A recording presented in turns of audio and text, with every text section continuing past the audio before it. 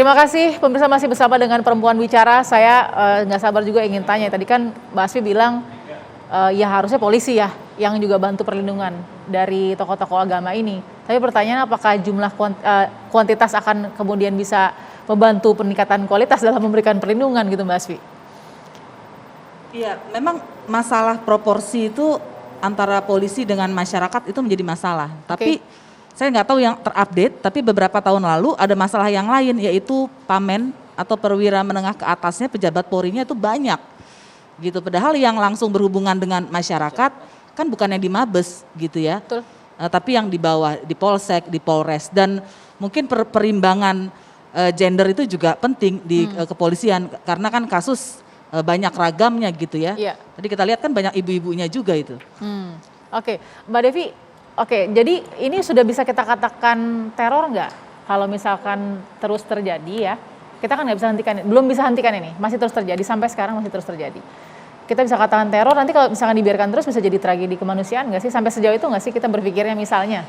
Mbak, mohon maaf, saya rasa akan sangat arif, saya setuju dengan Mbak Dara, Mbak Asfi bahwa yang menjadi korban kan bukan hanya ustadz. Betul. Semua juga mengalami namanya kasus pembegalan, pencurian, penusukan. Bahkan ayahanda saya sendiri juga mengalami hal tersebut.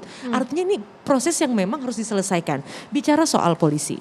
Polisi dengan rentetan kasus yang artinya kita kan mengharapkan polisi kita profesional. Tentu kita jangan memaksa mereka untuk menyelesaikan setiap perkara dengan secepat-cepatnya. Tapi adalah sebaik-baiknya dan setepat-tepatnya. Itu yang perlu kita kedepankan. Jadi memang kita perlu bersabar, setuju bahwa semua warga negara termasuk para ustadz wajib dilindungi.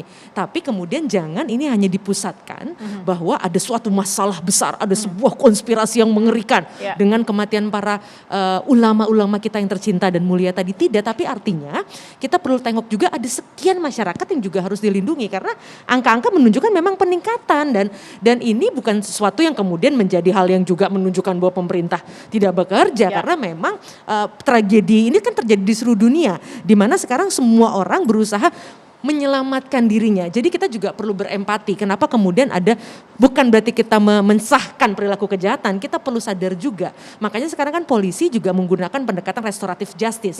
Yang artinya tidak selalu kemudian harus ke hukum.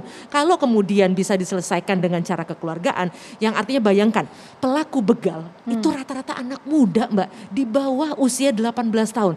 Lantas kita memvonis mereka, menghukum mereka sekeras-kerasnya. Walaupun banyak dari perilaku mereka yang tidak bisa dibenarkan. Dan kalau bicara mereka kadang-kadang motifnya bukan ekonomi tapi persoalan identitas. Bagaimana mereka memerlukan panggung. Nah sekarang panggung tentu tanda kutip tidak bisa diberikan karena kita sedang pandemi. Kita tidak bisa memberikan ruang untuk berekspresi kepada anak-anak kita sehingga kemudian kasus-kasus kejahatan juga meningkat. Jadi artinya saya justru berharap dengan kejadian yang menimpa para ulama kita yang mulia tadi itu menjadi pengingat bahwa kita semua punya tanggung jawab untuk menjaga, merawat keluarga-keluarga kita karena faktor-faktor kejahatan tadi, ada faktor ekonomi, tapi ekonomi tidak kemudian menjadi kalau bicara world hitungan apakah negara kita kejahatannya paling tinggi, alhamdulillah tidak. 10 negara dengan kejahatan tinggi kita tidak masuk di sana. Nah, tapi artinya dengan kondisi heterogenitas yang luar biasa, jumlah penduduk yang juga sangat besar, kita bisa bayangkan aparat kerjanya juga luar biasa. Bicara apakah ada konspirasi, ini tugas kita semua untuk mengingatkan dan membantu kalau memang ada data-data yang bisa dibutuhkan untuk mempercepat proses verifikasi. Hari ini pihak Polri kan juga mengumumkan bahwa mereka akan segera serius mengusut tuntas kasus di Riau yang menewaskan ulama kita kembali. Oke, jadi penjeraannya di mana Bu Kusnul dengan perspektif yang kita lihat tadi? Persoalannya kalau saya ngelihatnya as a political scientist tentu saja ya, melihat sejauh ini rezim terusik enggak dengan kasus-kasus ini. Itu satu, itu pertanyaan. Terusik itu definisinya gimana Bu? Ya terusik dia kemudian ada political will untuk membereskan atau tidak. Bila persoalannya kan kalau tadi dihubungkan dengan kelompok-kelompok yang anti-Islam, kelompok-kelompok yang komunisme yang tadi ya.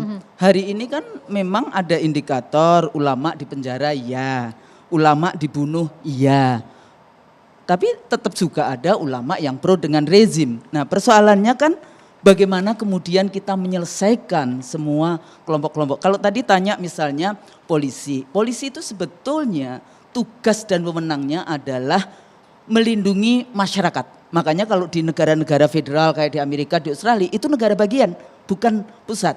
Lah kita polisinya itu nggak ada kementeriannya. Kan dia langsung ikut rapat kabinet di ini, padahal dia punya senjata, punya KUHP. Jadi ada dua nih kekuasaannya, dan itu nggak boleh di dalam negara demokrasi. Terus kemudian sekarang berkembang yang harusnya membela urusan kedaulatan negara dan sebagainya itu sebenarnya tentara. Tapi sekarang ada Densus 88.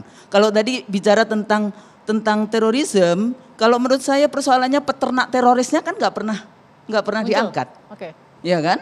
Kalau kita bicara tentang kenapa setiap kali muncul kasus Poso, muncul kasus Tentena, muncul kasus dan sebagainya Papua. Sekarang kita bicara tentang Papua misalnya.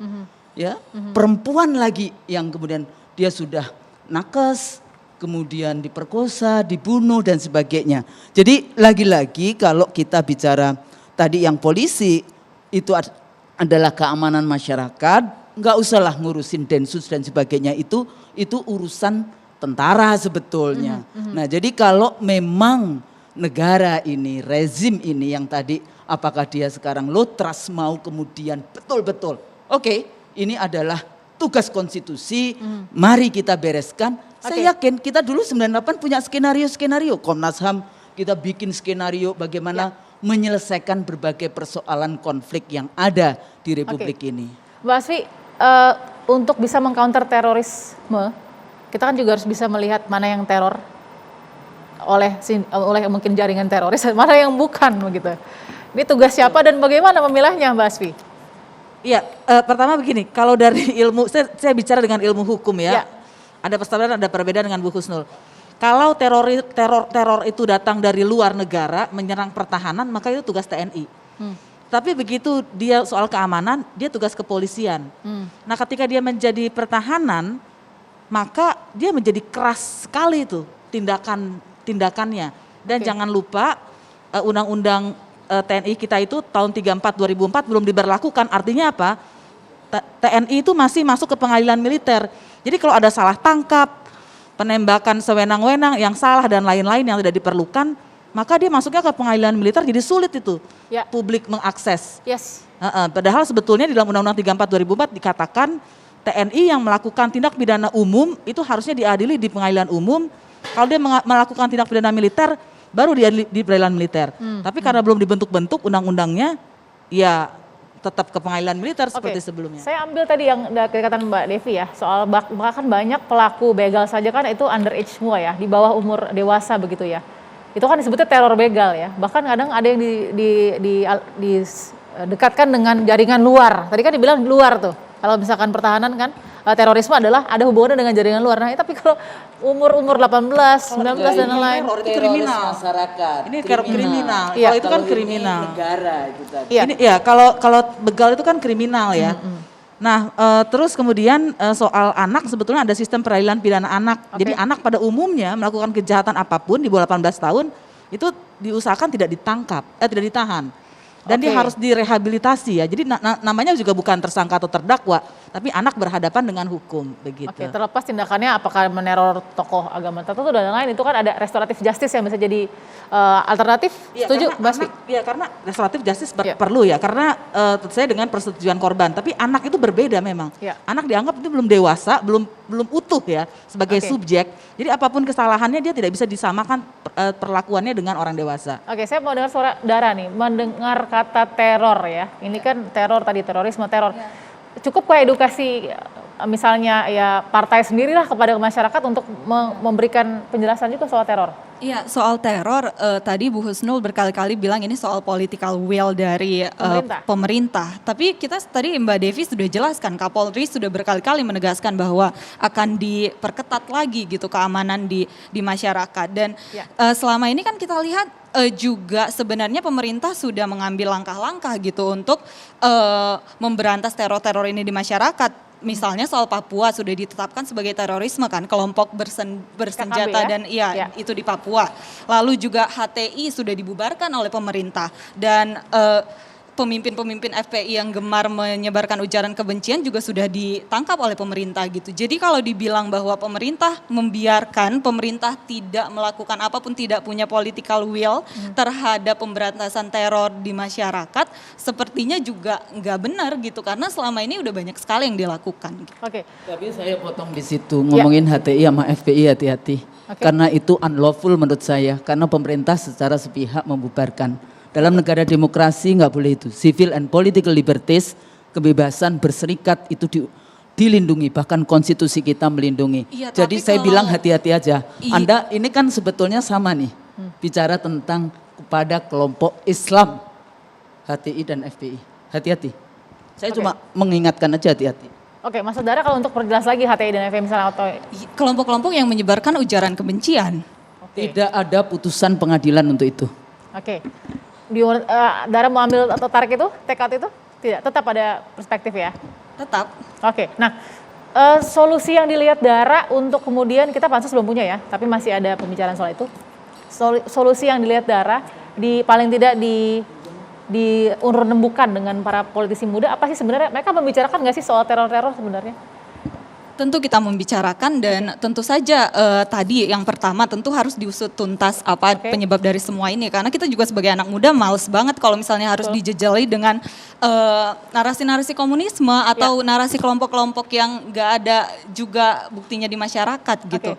Dan yang kedua ya terus mendorong bahwa polisi terus seperti tadi kata Mbak Asvina bahwa harus ada rasio yang baik antara polisi yang benar-benar turun ke lapangan dengan yang di Mabes gitu kan. Jadi ya beberapa hal itu saya kira Jadi bisa pengusutan tuntas satu yang jadi solusi. Iya. Di lapangan sendiri dilakukan. selain polisi ya, di lapangan sendiri yang Ya, Dara salah lihat? satu yang penting adalah bagaimana sebenarnya kelompok-kelompok yang tadi seperti anak di bawah umur itu yang benar-benar mungkin berpotensi untuk melakukan kenakalan-kenakalan, ya itu harus diberikan wadah yang baik juga gitu agar mereka memang punya aktivitas yang di luar dari aktivitas-aktivitas yang mungkin menyerempet ke arah kriminalitas begitu. Oke, cikal bakalnya seperti itu tidak Mbak Devi? Ya, artinya kalau kemudian kita melihat, wah kok bisa seorang ustadz yang kita hormati, ulama yang kita banggakan, ini dilukai. Faktanya kalau bicara kasus begal saja, itu pelakunya anak-anak muda. Bahkan mereka bisa melakukan hal-hal yang di luar rasionalitas. Mohon maaf, itu sengaja dilakukan. Kenapa? Karena mereka ingin mendapatkan pengakuan. Ya. Semakin sadis mereka, maka mereka akan merasa mendapatkan eksistensi. Bahwa ketika di tempat lain, yaitu tanda kutip di sekolah, di rumah mereka tidak mendapatkan penghargaan, maka jalanan itu menjadi cara bagi mereka untuk melakukan teror. Teror bukan dalam rangka mengganggu ketertiban keamanan sebenarnya, tapi dalam konteks identitas tadi. Eksistensi Namanya anak muda, makanya gini, sepanjang kemudian masih ada anak muda sebagai anak kandung peradaban, maka memang potensi-potensi mereka untuk melakukan tindakan kekerasan dan itu bisa menyasar siapapun, tidak terkecuali ini akan terus terjadi. Jadi menurut saya persoalan itu yang harus diselesaikan. Dan sebabnya apa? Ternyata ada 3 kalau berdasarkan penelitian para ahli misalnya. Yang pertama adalah misalnya Pak Bambang Widodo Umar, beliau menyampaikan kenapa itu terjadi kasus-kasus begal dan lain-lain. 1, konsumerisme dan materialisme. Sekarang itu tidak bisa dihindari karena persoalan ruang digital di mana anak-anak sekarang manusia digital kenapa lebih stres? Karena lebih sering membandingkan dirinya. Padahal ruang digital itu banyak sekali kepalsuan. Ini sudah sebuah data. Lalu kemudian pola asuh yang bergeser. Jadi saya kalau bicara teror, saya lebih dekat karena saya pengamat sosial, lebih dekat dengan urusan yang betul-betul berada di bawah, di grassroots. Teror itu yang betul-betul dirasakan oleh publik ketika mereka melihat anak-anak muda itu menjadi satu yang momok yang menakutkan. Karena mereka merasa pulang tidak aman dan sebagainya. Bicara polisi, itu sudah luar biasa, sudah banyak sekali program-program yang dilakukan. Tapi tidak akan selesai kalau saya sendiri misalnya sebagai ibu di rumah, tidak kemudian membangun pola asuh yang merangkul anak-anak kita, karena banyak juga kita yang terjebak pada godaan medsos misalnya sehingga lupa untuk menangani anak-anak kita. Saya penasaran, Mbak Devi apakah punya studi juga bahwa kekerasan tadi tuh yang berangkat dari level anak-anak begitu ya, apakah bisa juga menyebabkan disabilitas mental dan akhirnya tadi orang judul kita di awal bahwa Mbak, orang itu gila dengan vonis gangguan jiwa. bahwa generasi digital atau netizen adalah generasi paling stres yang pernah ada dari seluruh manusia yang pernah di muka bumi ini, itu bahkan datanya jauh sebelum pandemi. Sekarang makin diperparah dengan adanya pandemi itu. Jadi potensi banyak orang yang mengalami gangguan mental, kalau kemudian ada 3T, testing, tracing, dan treatment, harusnya itu berlaku bukan hanya untuk kesehatan fisik, tapi juga untuk kesehatan mental. Oke, setelah ini saya akan dengarkan bagaimana solusi dari Mbak Asfinawati, bagaimana solusi dari Bu Husnul. Tetap di Perempuan Bicara.